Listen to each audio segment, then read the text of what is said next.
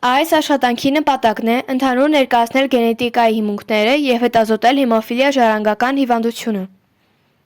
Գենետիկան գիտություն է օրգանիզմներում հատկանիշների ժառանգման օրինաչափությունների մասին։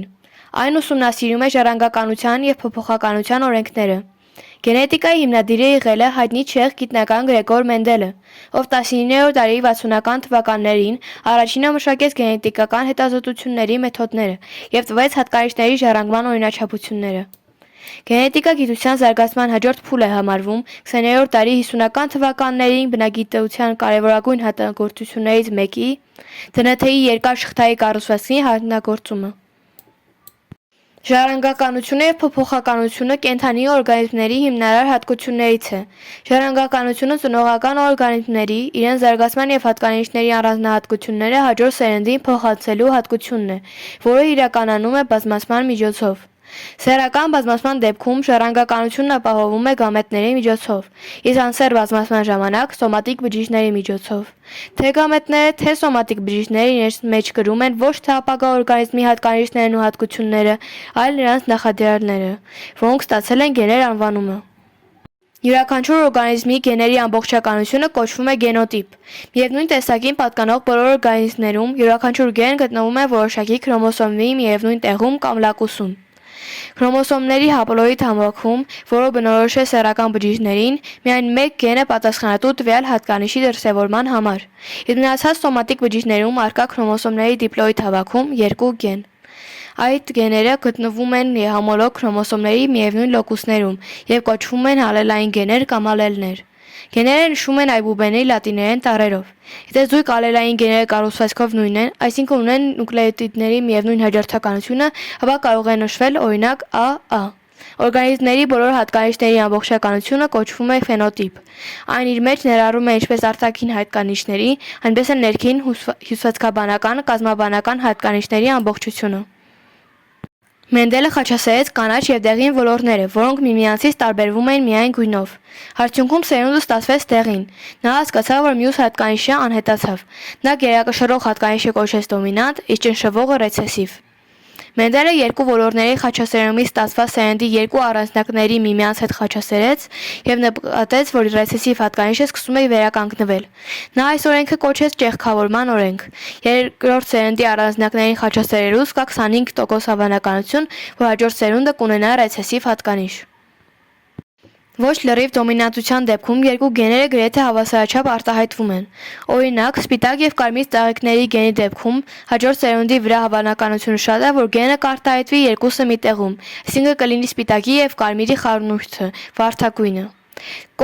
Կա նաև կոդոմինանտություն։ Կոդոմինանտության դեպքում մեծամասնությամբ արտահայտվում է դոմինանտ գենը և լինում են ռեցեսիվ գենից արտահայտված նշաններ։ Օրինակ, սև և սպիտակ մաշկից մեծամասնությամբ կարտահայտվի սև գույնը, բայց հնարավոր է, որ մաշկի վրա լինեն սպիտակ նշույլներ ևս։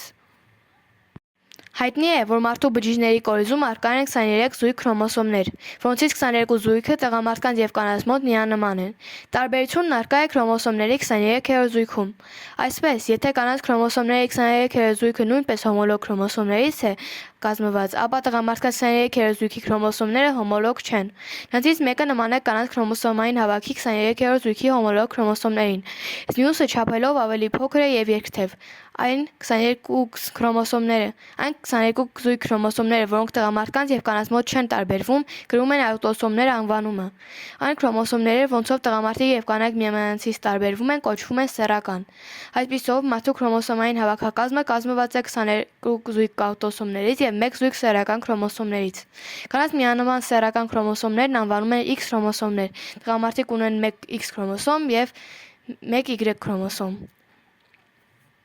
Այս պատկերում կարող եք տեսնել, որ XX և XY քրոմոսոմները խաչասերելուց երեխայի իգական կամ արական սեռ ունենալու հավանականությունը իրար հավասար են։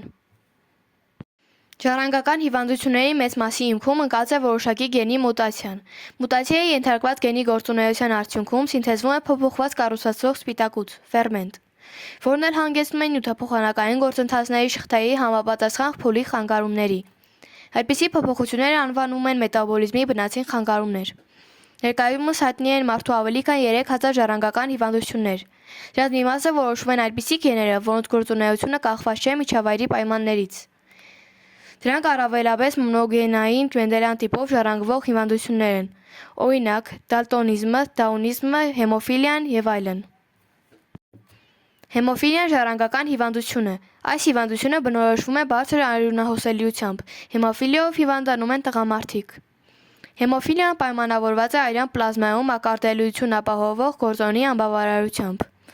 Այդ ժառանգական արատը իրենց որդիներին փոխանցում են արտաքուստ առողջ մայրերը։